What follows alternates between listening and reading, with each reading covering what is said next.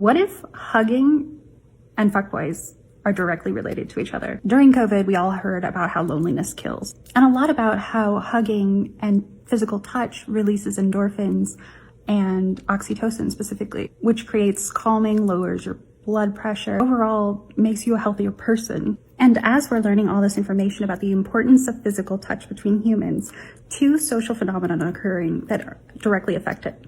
First, sexual harassment and the consent necessary to touch. Before you touch someone, you should receive consent. That's true. However, the rhetoric around consensual touch often sexualizes it. For example, consent is sexy. Never really any guidance on how to ask your friend if she needs a hug right now, or whether it's ever appropriate to touch a coworker. That answer is just pretty much no. I wouldn't do it. Which leads me into my next point, homosexuality. Fortunately, I'm beginning to believe that in America, the visibility of being gay has increased at a rate faster than its actual acceptance, because there's such a fear between friends of being perceived as a couple. Now, what's interesting to me is that in America, this affects men so much more than it does women. When I go overseas and I see men hugging or holding hands, and they're clearly not in a relationship, they're just buds going to class together, I'm always a little startled. At some point in America, that became not okay.